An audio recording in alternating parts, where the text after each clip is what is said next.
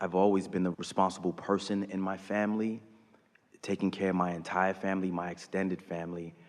My mother has been a person who always looked for excuses, and then the excuses turned against her. So early on, I started to take care of my mom. Yeah. And I've been doing so for over 18 years. Yeah. Pay her rents and just everything.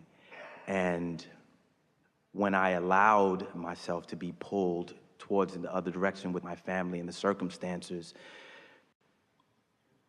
I darn near lost everything. Given what I had done in the past, it spoke for me. The financial aspect of what I built for other people, myself, literally almost lost it all. And that doesn't bother me because I know it's rebuilding as I'm speaking, literally. That doesn't bother me. The connection with my mom and feeling responsible for her, We want to give you something here. So it isn't the action, it isn't that behavior, wasn't what you did that caused you to lose it all. It was the split energy that happened with you about it. At first, feels like the path of least resistance to help somebody do something. But after a while, they get entitled and demanding, and there gets to be more of them. And so when you are able to stay in alignment no matter what, you are refueled and resourced, and there will never be an ending to what flows through you. But in the moment that you get crossways of that so that the replenishment stops, then it's all falling away. Then there's more going out than's coming in. Yes. So we're not having this conversation about the rightness or the wrongness of helping anyone out, because there's plenty of helping out that we think is a lovely thing to do. It brings you a lot of satisfaction in so many ways.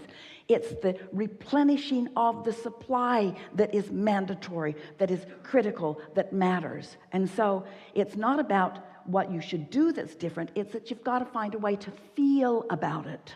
Whatever you're doing, you got to find a way to line up with it. The worst thing in the world that you can do is to continue to do something that doesn't feel good. So the subject isn't, is the action right or wrong? The subject is, how do I feel about it? And sometimes you have to take some actions in order to figure out what the path of least resistance is. For example, let's say that you're with us on this. You're sort of getting the sense that maybe you should just cut them all off.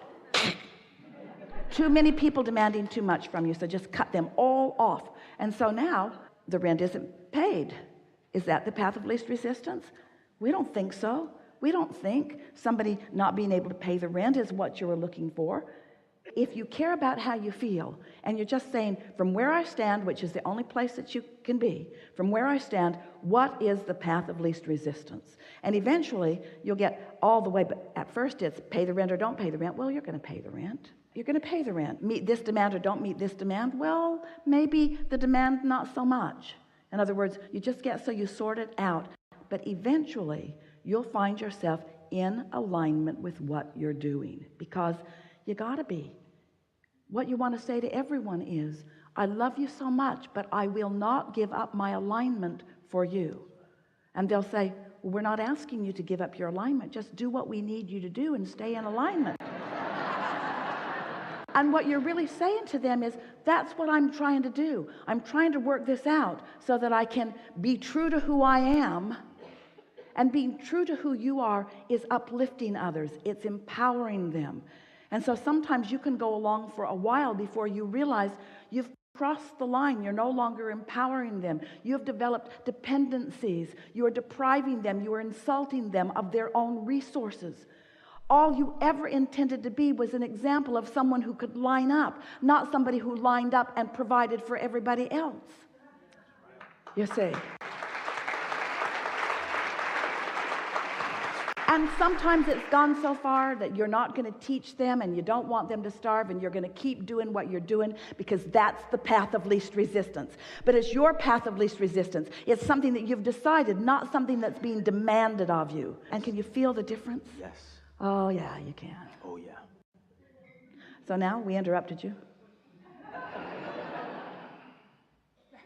I really am full. I really being here, which I wanted to be.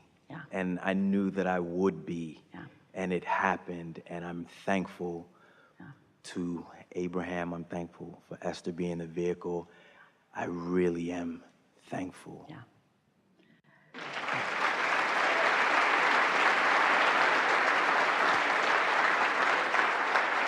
Be easy about it and be more incrementally selfish. And here's the piece that we really want you to hear. You're looking for the satisfaction in the thought, the satisfaction in the thought.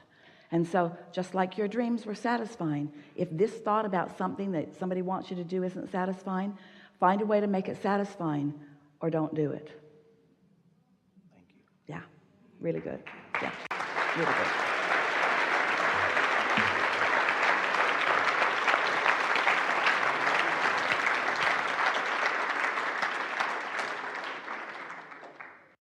Okay, along the lines of the dream realm, I'm not sure if this was a dream realm, but about 15 years ago, I had an experience where I left my body during my sleep. Yes? And I saw myself, and then I heard a voice. I started to kind of freak out because I wasn't sure what was happening. And I heard a voice. I thought to myself, am I dying? And a voice said, do you want to die? And I said, no. And then all of a sudden I was in one with the stars, and then I really I was feeling peaceful, and then for a moment I started to freak out again, and then I had this strange realignment back into my body, which was very weird as well. It hasn't happened since. It happened once, and I happened to actually be meditating that day, and I asked to be shown my power, and this is what happened.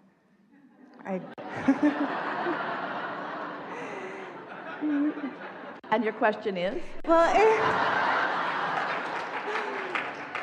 Well, I'd like to happen again, but maybe it's my fear of what happened during the time, and is that... Well, the thing is, it's like you ask a question, I'd like to know who I am, I'd like to be shown my power, and then you are shown it, and then you say, okay, now I've forgotten, I'd like to be shown again. Well, it was fun and strange and weird at the same time, so I would like to experience it not with... We think the value of it, the answer to your question that was given to you, the words that we would put to the experience that you had was you felt the freedom of that releasing into a state of non-resistance.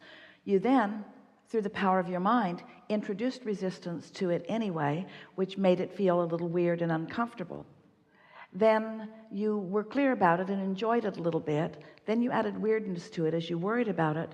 And then you reemerged back into your body where you felt the resistance again. So it was an experience to help you feel the freedom of or the resistance of your choices. The thing that we would like to accentuate, really clarify, is that that doesn't mean that out of body is resistance-free and in body is therefore full of resistance. You can be in your body and without resistance. You just have to practice it a little bit, because there is nothing more delicious to any of us than to be soaring here on this planet with all of you in a state of non-resistance. We do it all the time. It's you that brings resistance to the party, so you don't feel it like we do. Esther was telling a friend the other day that out-of-body experience feels like what she's seen in movies where they show the astronauts breaking through the atmosphere, and the atmosphere is causing tremendous stress on them, which she is equating to the resistance, and then they break through into that weightlessness, into that non-pull, that non-resistance. And that is what an out-of-body experience often feels like, while the coming back into your body feels like the descending back into the atmosphere again. But what Esther was really equating it to is what it feels like to be in this place of receiving Abraham, or in this place of true alignment. It's resistance-free, and that's what you're reaching for, you see. Of course, you want to explore. You just want to be aware of what you're doing so that you're tending to it at the early subtle stages, not at the greater, more resistant stages where the spaceship breaks completely apart because of your lack of preparation. Yeah. Enough? Enough, thank you. Out-of-body experience differs from dream only in this way. When you are dreaming, while you slumber, there is no resistance. So the answer to questions is more easily received by you. because you are in a less resistant state of being.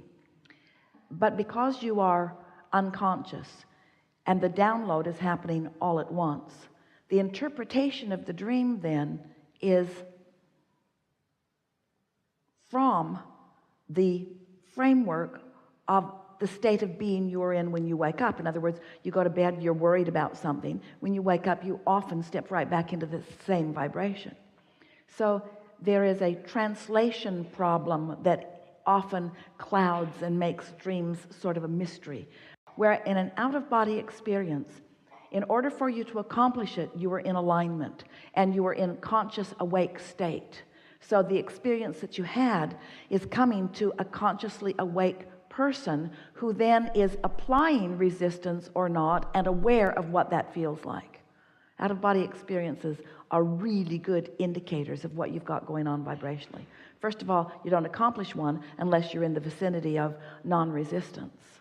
And often your fears about mortality, your concerns about what happens after death, often those things are soothed in an experience like that. Why don't you continue to have them? Because your intention is to be here, and those out-of-body experiences come infrequently in order to help you to put things into perspective. And that really is what this entire conversation has been about for you here today, to help you put your life experience into the bigger picture perspective so that you can understand what your emotional guidance system is really all about, so that you can get on your joyful path that you've carved out and do it in a conscious, deliberate way. It's possible to stumble upon a path of no resistance, but it's what we call creation by default. It's ever so much more delicious to have launched a dream and to be aware of it, and to know what it feels like, and to have felt the deliciousness of it, and then to watch it move from the vibration into the manifestations, all the way out to the fulfillment when everyone can then observe it. And then you might notice when everybody else gets a look at your dream, if you look at how they're looking, you can start to add resistance to your own dream and keep it from being what it started out as your true desire. Yeah. Thank you. Yeah.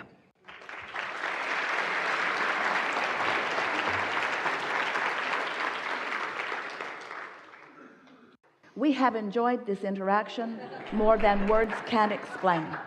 We know who you are, we know what you want, and we are here to proclaim you on your path. We're not kidding you.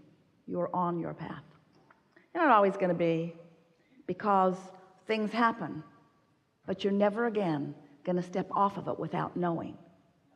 And as you selfishly find the thought or the word or even the behavior that feels a little better, and you don't beat up on yourself by saying, oh, I shouldn't have done that, or oh, I'm sorry, but instead you say, I'm doing the best I know, and this is the best I can do right here and now, and it is good enough. It is our promise to you that no matter where you stand in relationship to whatever it is you want, it will unfold with such speed and, most important, satisfaction that you will understand the blessed nature of your being. There is great love here for you. And for now, we are complete.